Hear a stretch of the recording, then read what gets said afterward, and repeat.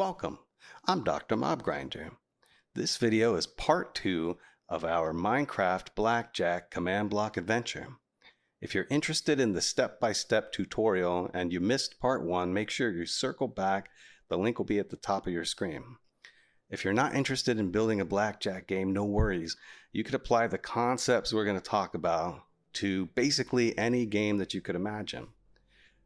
So in the previous video, we created this temporary stage. I also showed you 2 variations of how you could build a deck of cards.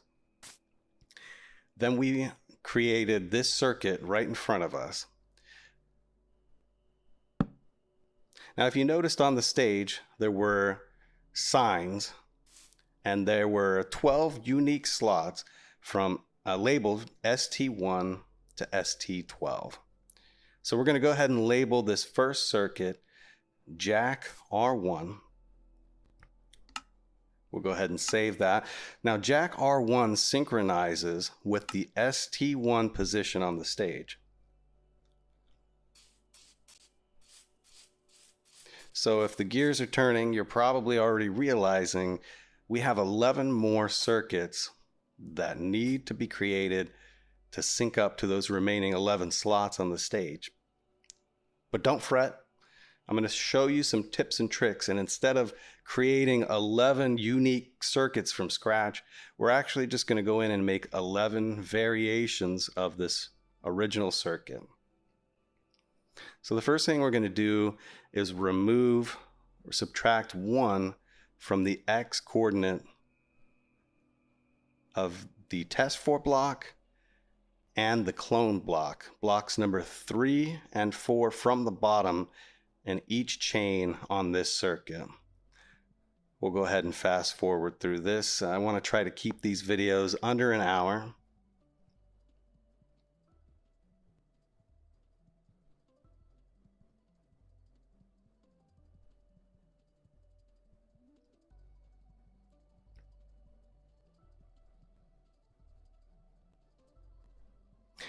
As you can see there, I already goofed up, so make sure you're double, triple, quadruple checking yourself.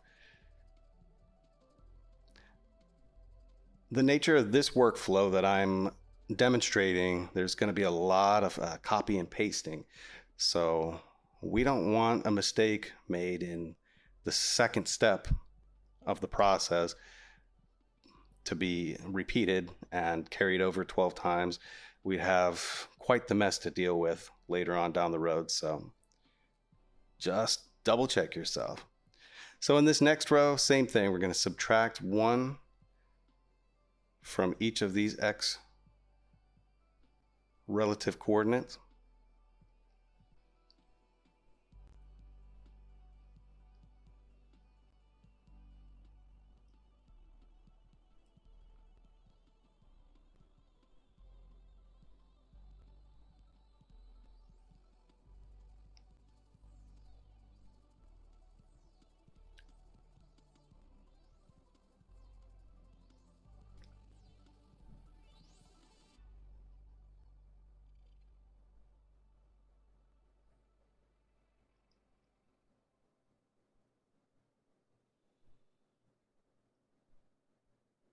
And we're going to go ahead and save our progress. Even though we are only 2 rows in, I like to save frequently. You don't want to end up in a situation where you accidentally break one of the command blocks and you just lost 30 minutes, 45 minutes of progress.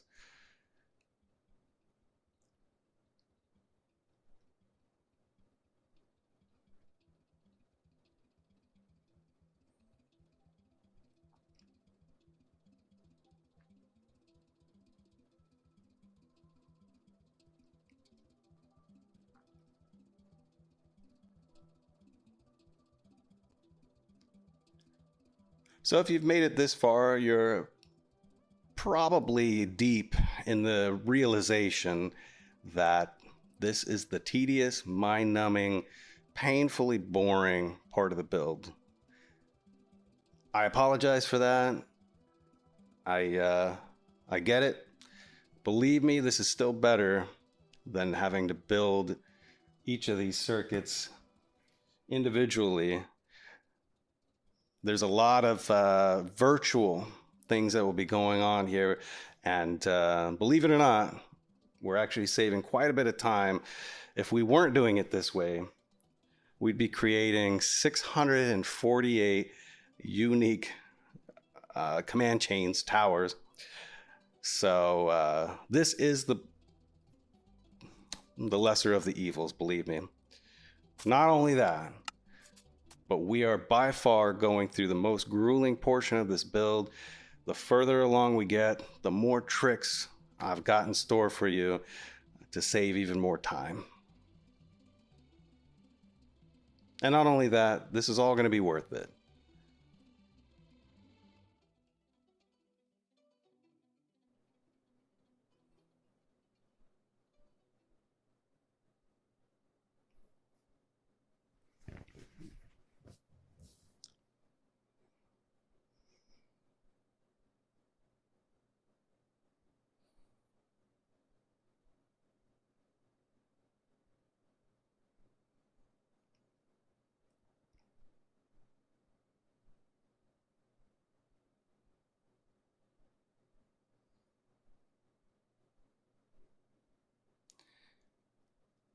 Would like to point out what I just did there. I would not recommend doing that. I took a shortcut. I went the opposite direction, which is fine. The numbers all going to work out the same. But anytime you deviate from the workflow, you're creating that much more opportunity to make mistakes. So that's all. I would just probably not recommend doing what I just did there.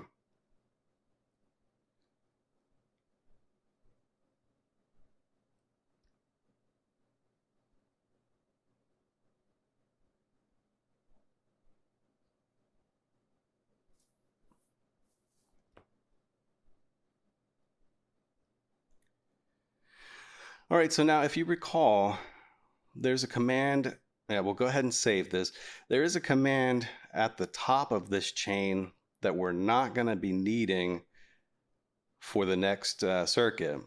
And that was when we cloned the dummy for the backing of the deck of cards. When we cloned that to the R3, or I'm sorry, the ST3 position. So we're going to remove it. And this is the best way that I've found to remove command blocks without disturbing anything below it, right? So I'm actually just going to copy a large section of air. We already know the X, Y, and Z parameters of our circuit. And I much, much prefer this method to trying to go up and physically break all those blocks at the top. Time consuming and risky, because the odds that you're going to break a block that you don't intend to are actually pretty high. So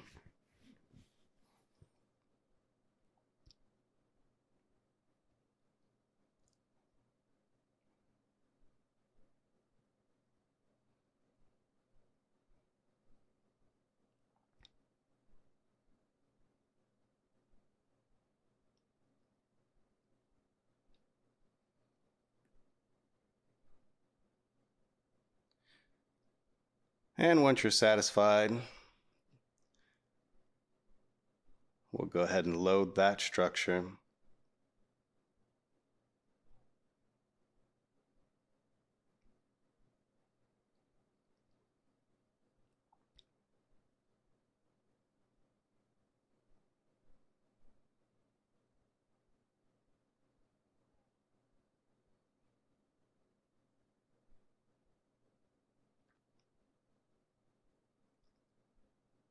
So the next thing we're going to do is we're going to edit what is now the top of the circuit. Every single block at the top, we've got to change from second, as you see here.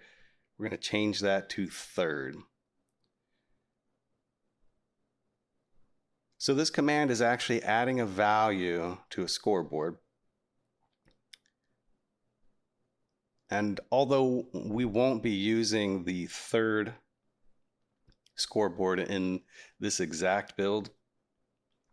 It probably will be an add-on video later on in the series. So it's might as well keep it.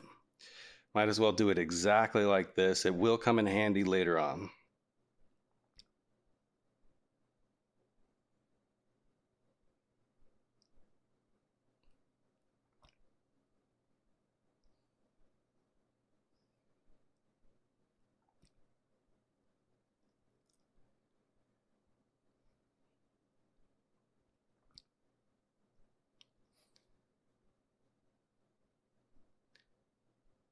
And once we've got all those done, again, we're going to save our progress.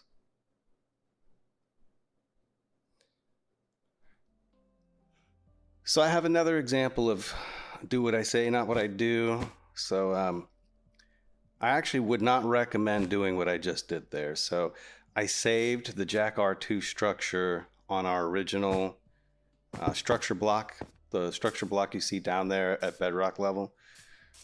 I wouldn't recommend doing it that way, which is why I've just we're going to add a second structure block. And the reason for that is because if you recall, the bottom of this circuit, which included the green wool and or glass, it was an important part of the function of the game, remembering which cards have already been pulled from the deck.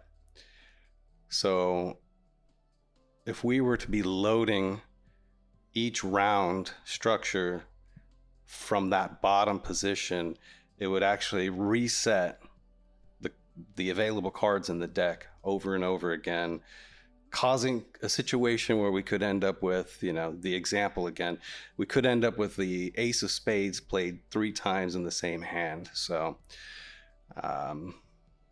yeah, don't do what I did. Make sure you have that separate structure block saving the structure and not including those the green wool, the card, or that first impulse block in the command chain. And as you see, we'll save this as Jack R2.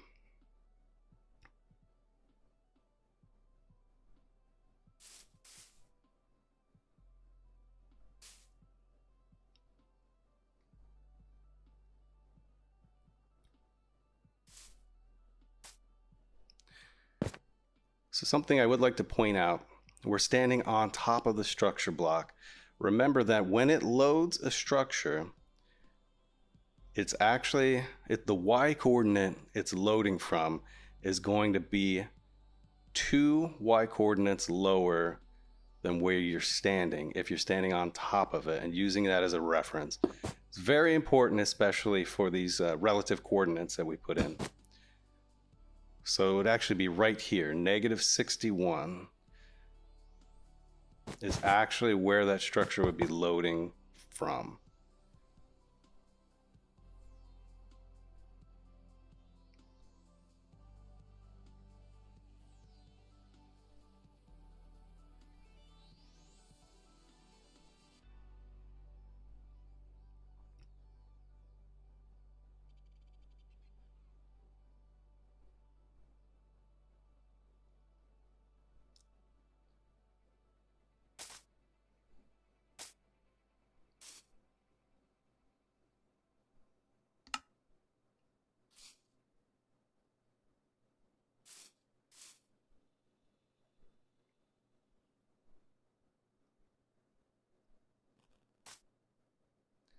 So we're going to be adding another command. This command is going to help us transition automatically from the Jack R2 circuit to the Jack R3 circuit.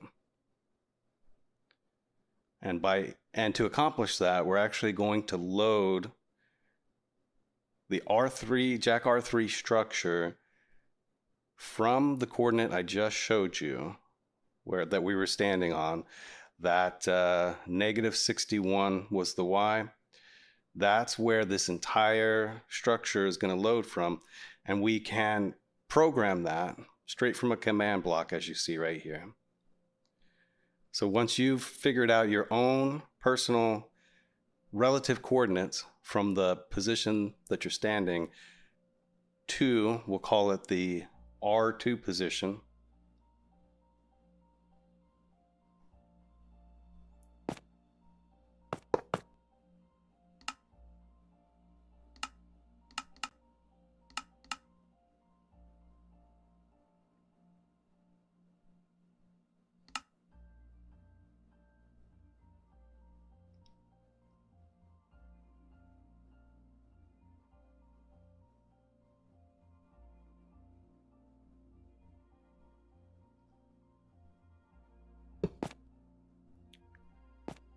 So actually what I've done is I've taken in my notes, I've written down the coordinates for the original structure block, where it loads from. I've called that R1. And with the second structure block, same thing, the coordinates where it's actually loading from, and I've labeled that R2 in my notes. And I may be getting a little bit ahead of myself here, but I just wanted to point it out that only the reload will happen at the R1 location. Every other round, every other circuit that is loaded will be loaded from the R2 position.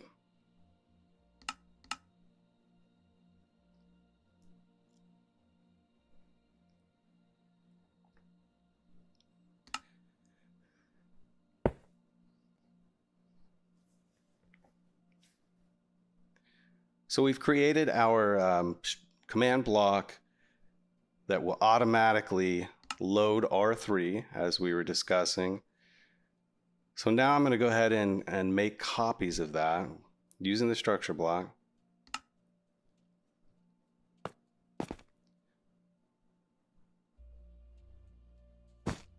I know you've seen me use this technique before in the previous video, but basically what I'm doing is pasting, going back to the original structure block and just changing the parameters on the save function and expanding the size of that structure so that as we copy and paste, it's just quicker each step of the way.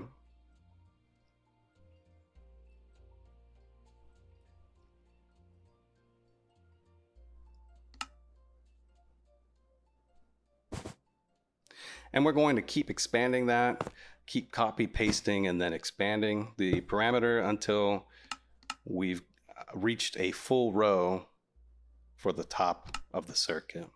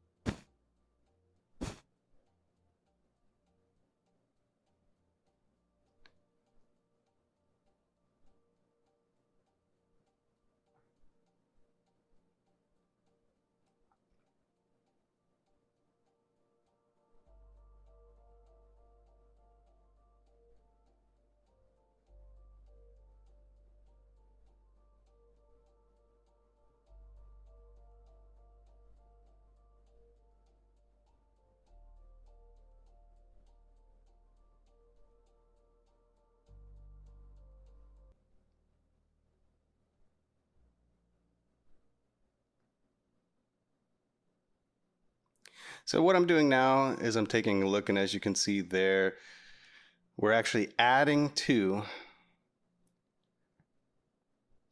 to the X coordinate. I take that back. We're subtracting 2 from the X coordinate because each of these towers on this row are 2 blocks further. I'm sorry, are +2 on the X. So we're actually subtracting 2 blocks from the X as we go along to create this row.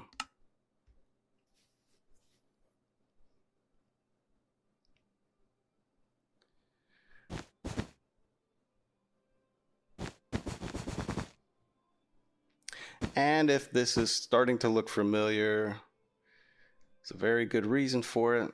Once again, it's going to be a paste. And yes, we'll then have to go in and adjust the Z coordinates to accommodate for the fact that each of those rows has a different Z coordinate.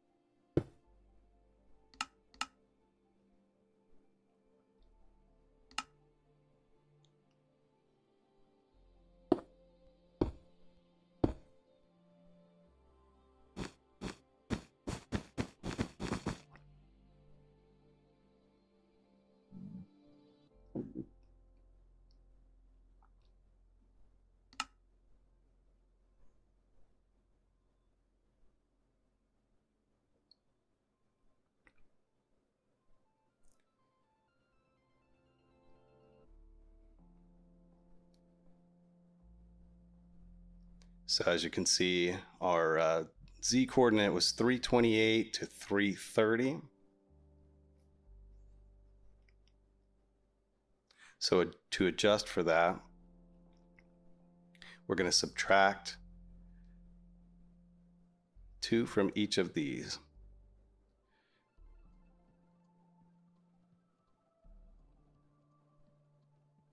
Remember, this is the relative coordinate from that command block to the R2 position where it's going to load the Jack R3 structure.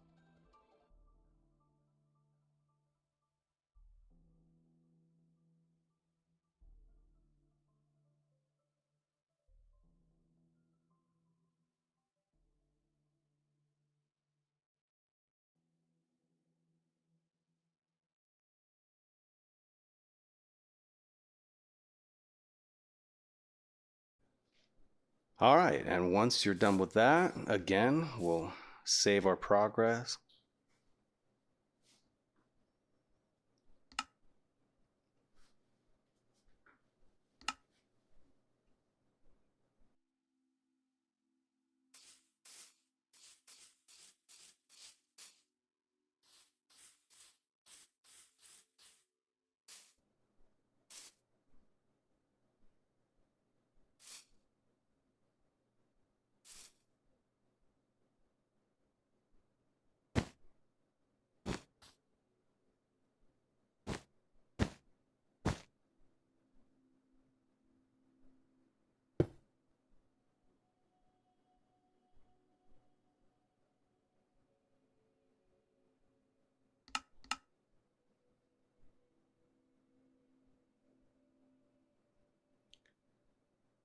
And again, we're going to load the air structure.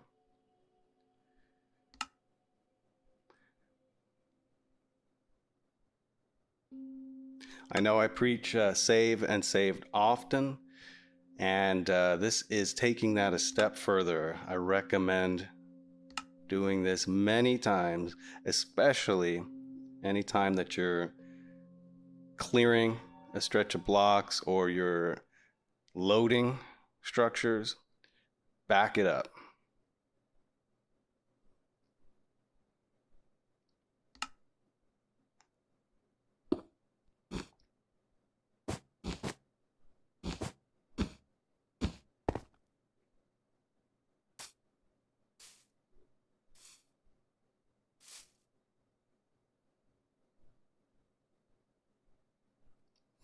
So even though we haven't adjusted the coordinates on any of the towers yet, I like to go ahead and make a save because we have altered the tower.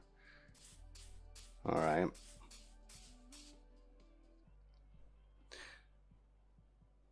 So now we're going to go through, just like we did the last time, we're going to adjust the X coordinates. So on that one, the 19 was already correct, just to make that clear. So we're just going to drop this down, subtracting 1 from each of these.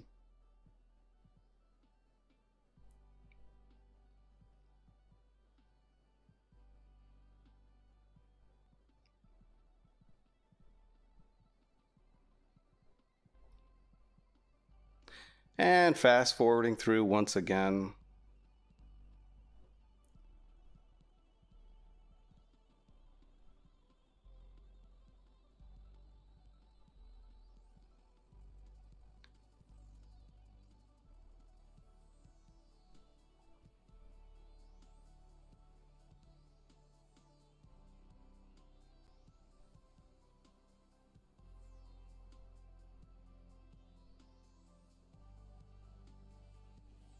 Next row, same exact thing. All the X coordinates will be the same as they were in the previous row. So anytime you get stuck, remember you have the previous row now as a reference point. If I hadn't made this clear already, the reason that we're subtracting 1 from each of the X coordinates on these towers is because the card slot ST1, ST2, and now ST3 is moving 1 block closer to this circuit each round. So it's changing the relative coordinates, and that's it. That's all we're doing, is going and adjusting the towers to match the fact that the stage slot that we're targeting is adjusting each time a new card is being placed down.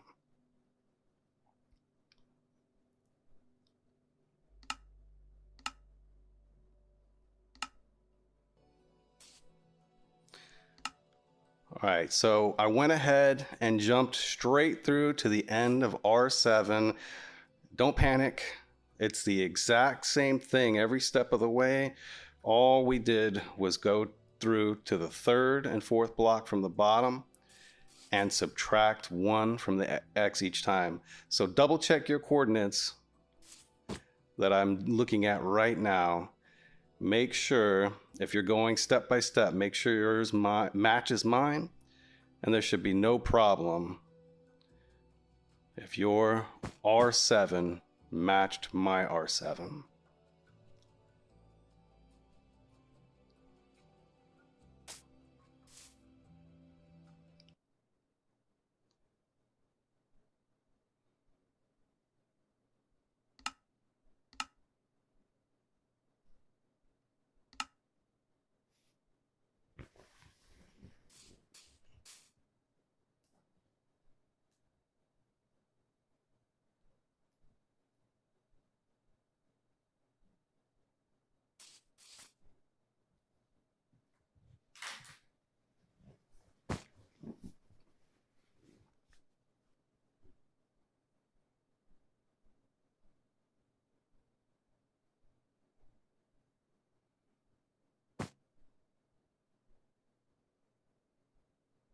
And your stage should look like my stage.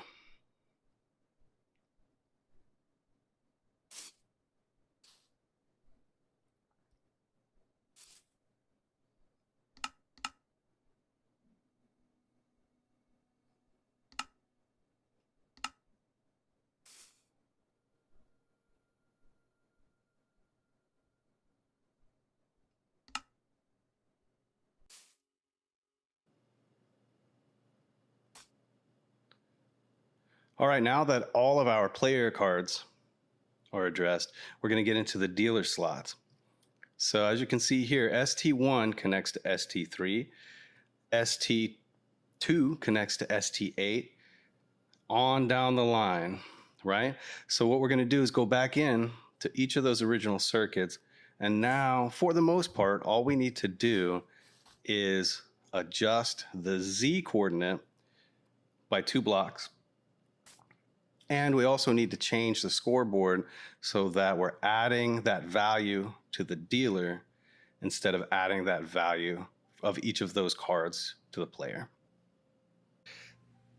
And real quick, double check something. I don't believe we went over this. This is important.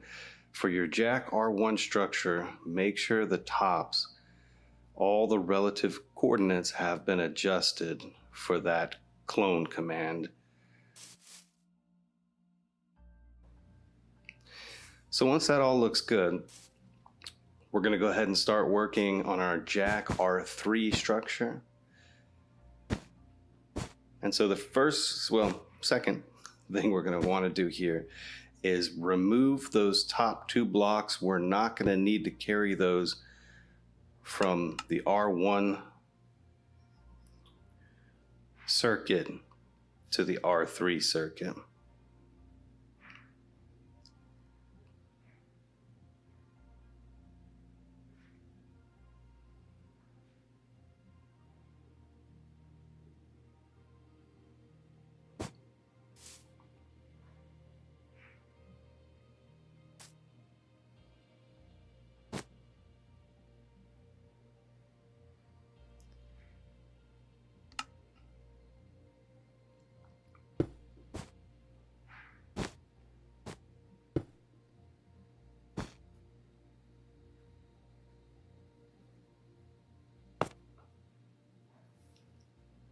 Now next we're going to want to go in and everywhere that it adds that value to the prime scoreboard to the player, we want to add that to the dealer instead, just like this. So we're deleting everything between the add and prime and changing it to dealer.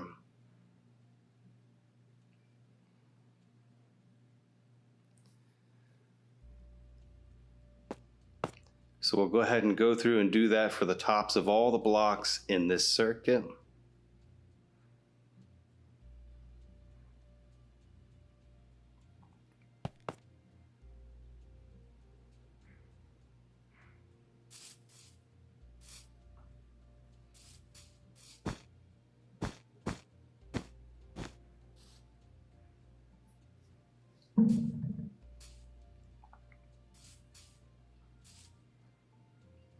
And once we're done with all the tops, we'll go back and save.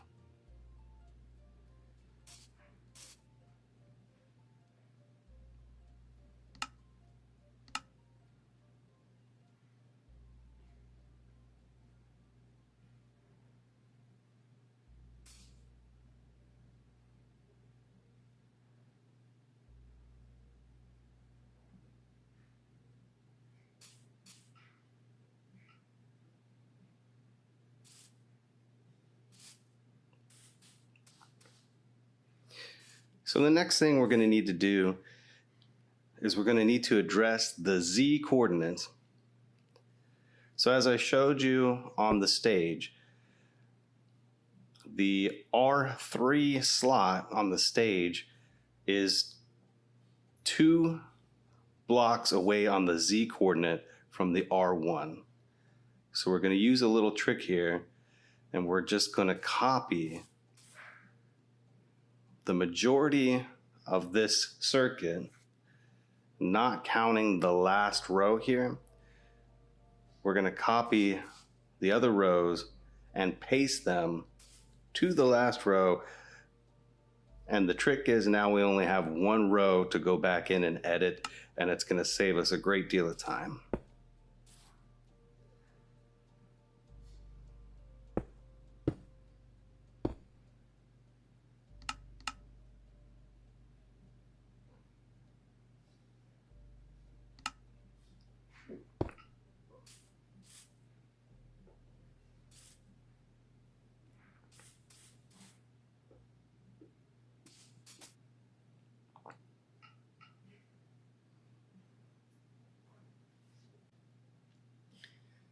And as I said, now we just need to go in and subtract 2 from each of the z coordinates on our last row here.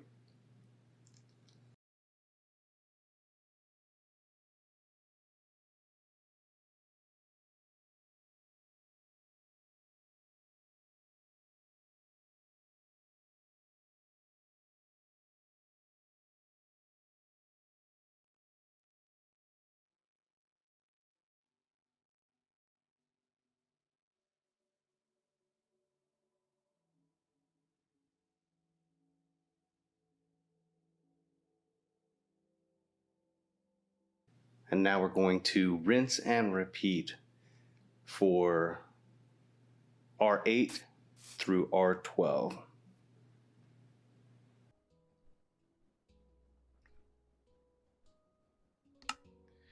Here's a little trick, a little tip.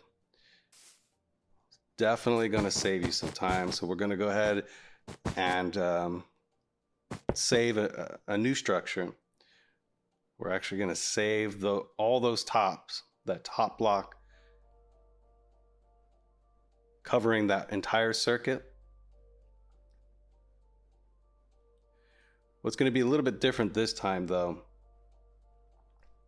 is once we save this structure, once you're satisfied, we're just going to leave this structure block in place so that we can continue to replace the tops of all the other circuits as we go through and alter those previous circuits.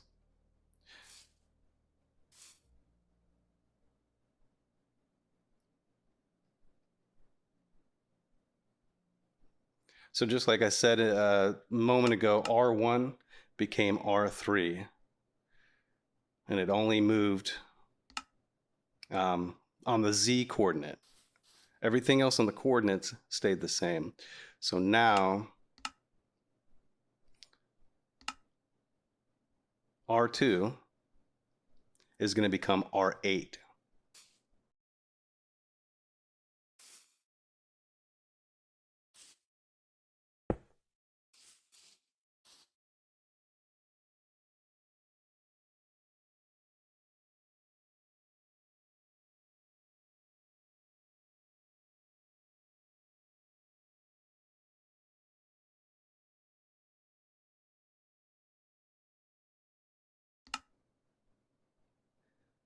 And again, we're targeting the third and fourth blocks from the bottom.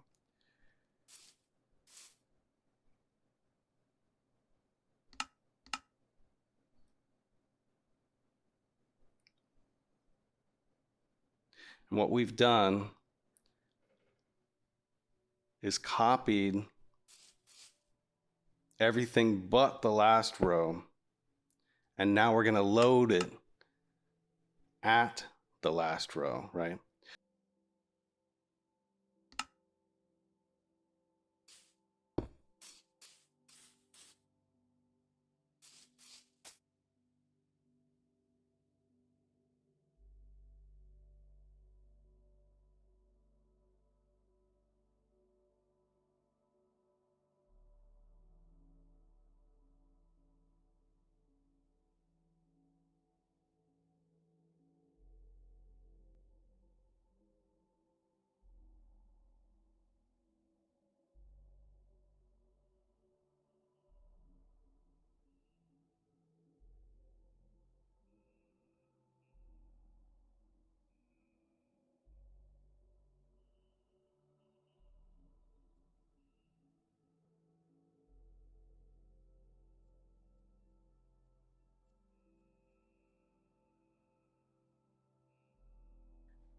And that's it. And now, once again, we've created a unique circuit to match up to the ST8 position.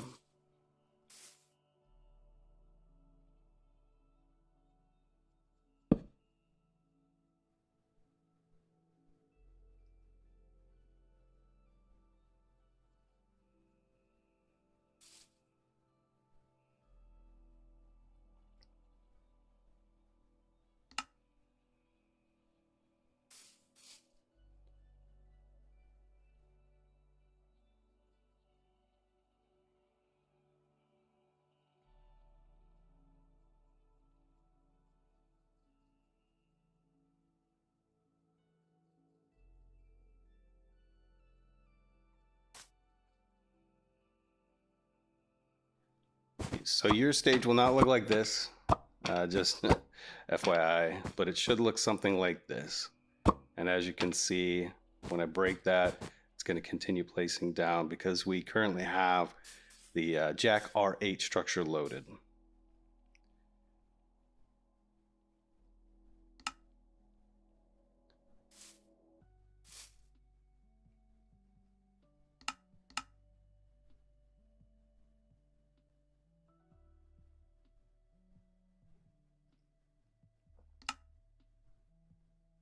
So we're loading Jack R4.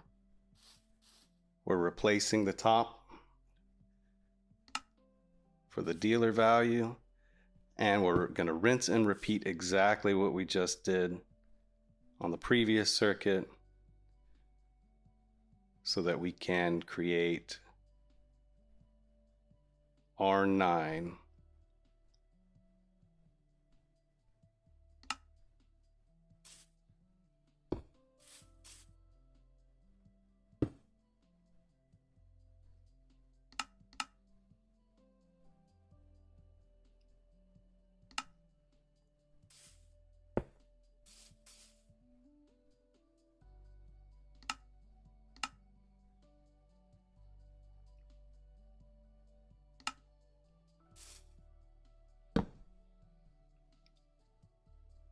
I'm sure I've mentioned it before. I'm going to say it again. I label everything, every circuit, every slot. This way, if something goes sideways, it'll be a million times easier to track it down and figure out where we're goofing up at.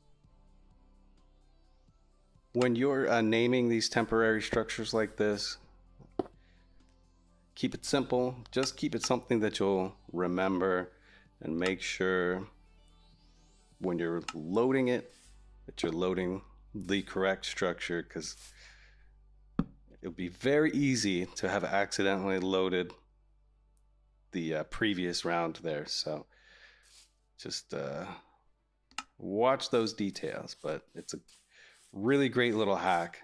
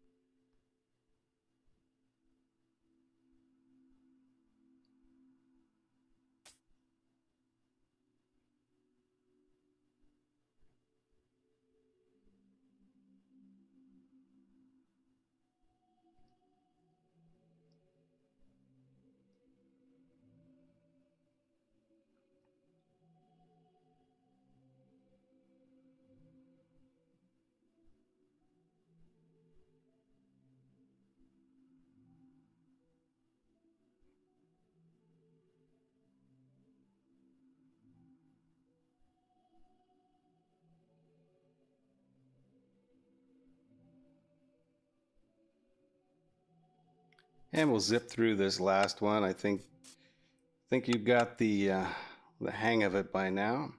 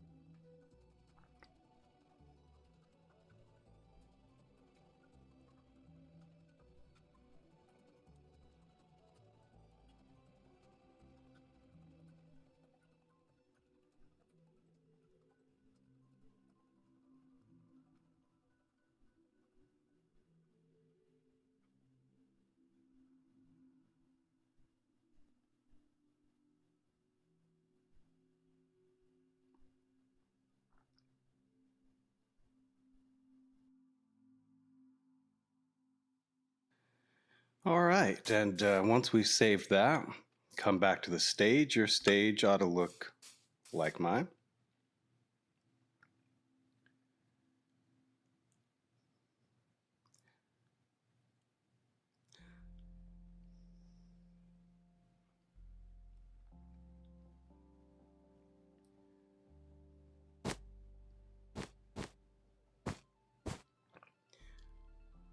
So we're actually going to build a temporary reset button.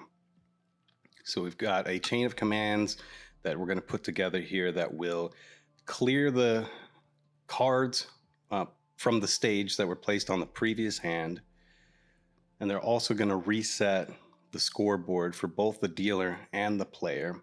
Eventually, this will be baked in to the main command chain in the brain of the build, but we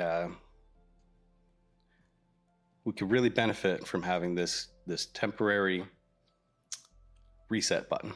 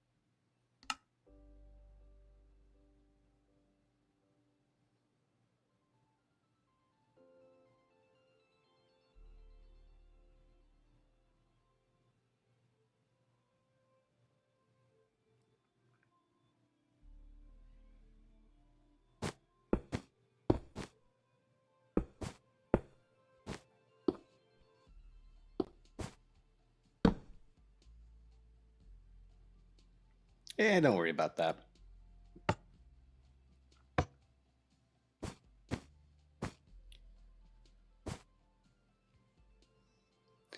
So now we've got / give itself spawn _ egg 1 space 51. This is going to be our NPC spawn egg. Now I would take some time here, really lay it out, take your whatever deck of cards you chose to use, and see what kind of placement and orientation you like. In my previous build, I put the dealer in the corner and had them dealing all the cards to their right hand side. This time around, I thought I would try this way to have the NPC more centered on the stage.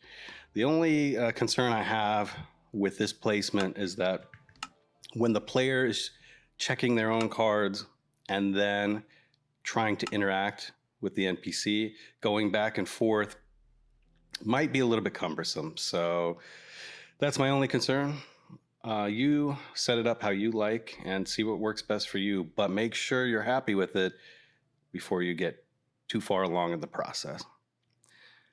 So we're going to go ahead and choose our NPC style and then name them. I've named mine dealer. So, you know, I'm really creative like that. I'm not entirely sure what style of NPC this is supposed to be. Is he a waiter? Is he a EMT? I'm not really sure what he's holding in his hand, but that's all right. He's going to be a blackjack dealer by night. That much I do know.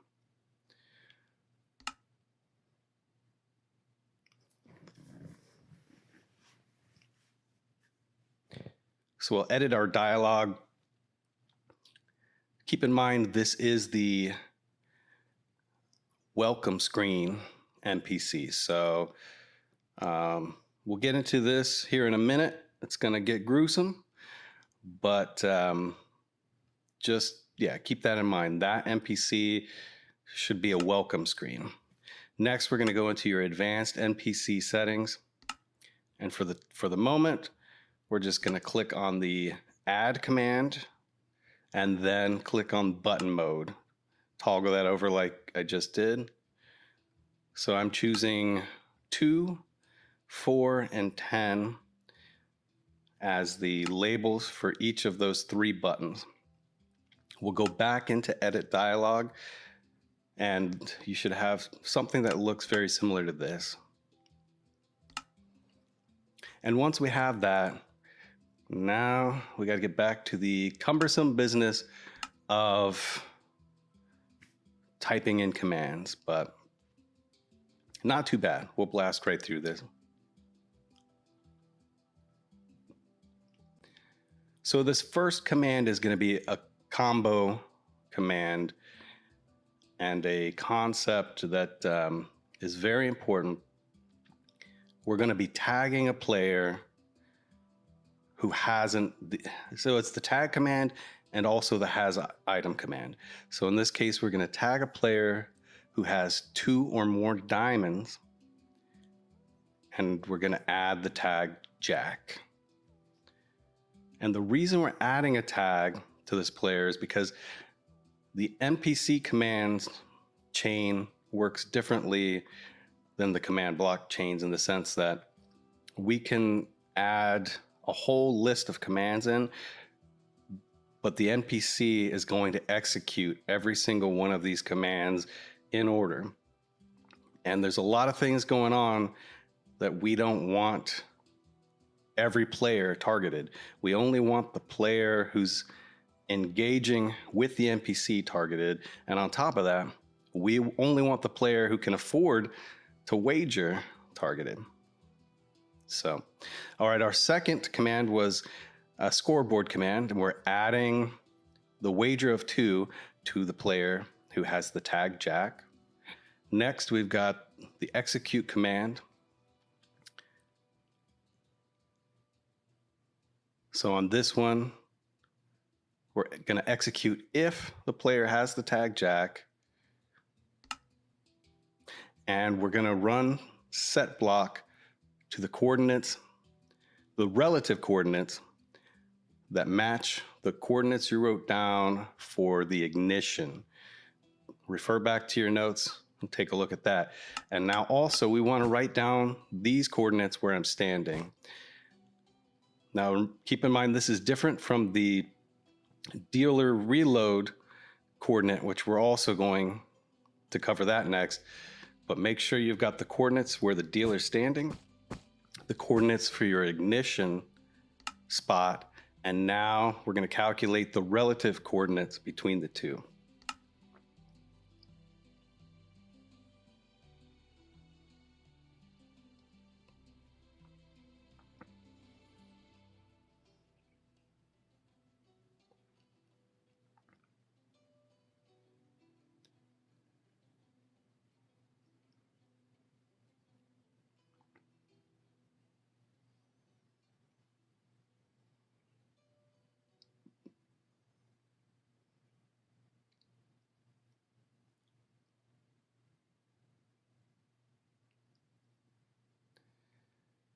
And again, we've got execute if entity has the tag Jack. So here we're actually going to load the next variation of the dealer in the same exact spot that the dealer is standing right now. This might be a little bit confusing because we haven't actually created that dealer yet. But I'm going to go ahead and name this dealer JD3.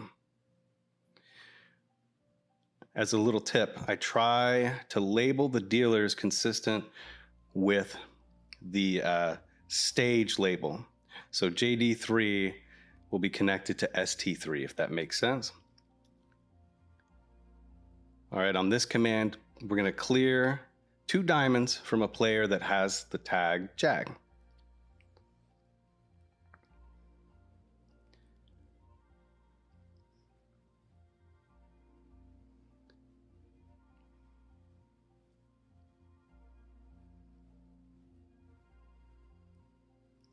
And this final command is the gruesome part I was talking about a minute ago. So the NPC is now going to teleport itself into the void. So this is all going to happen so fast, the player will never know what happened because there's already going to be another dealer in his place. So, all right, so on this next command, all we've done is move down to the 4 diamond wager. It's exactly the same as the previous command that we typed up. All we've changed here is the quantity. So we've gone, I'm sorry, all we've changed is the number. So we've gone from 2 to 4. So we've got quantity 4, wager of 4, and then we're going to remove 4 diamonds.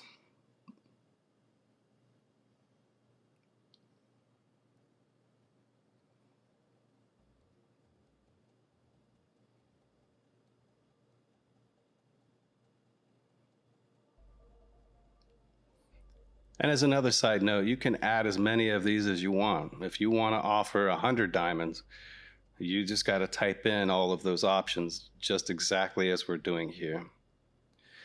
And then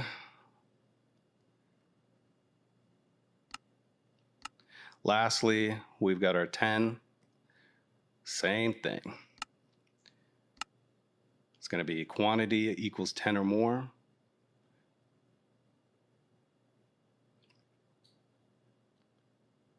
I'm sure I've mentioned this previously, but just in case, when you're in the quantity slot, quantity equals 10 ...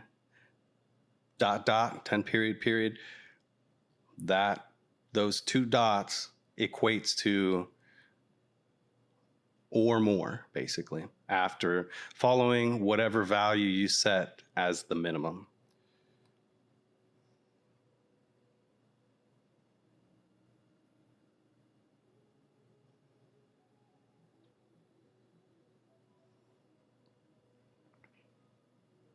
All right, so in this video, we have completed all of the circuits for the heart of our build. We have built a temporary reset button for the stage, and we've also got our first NPC. So we'll go ahead and save this. Now this coordinate, write this coordinate down for this spot. This is where we're going to load the dealer from each time. I'm going to name this dealer JD. Follow this command exactly like this when you're saving yours. Now in the next video, we're going to go back in and tie all of those circuits together as well as with the dealer, and it's actually going to start to look like a blackjack game. I hope you found this video useful, maybe even a little bit entertaining. And as always, I will catch you on the next one.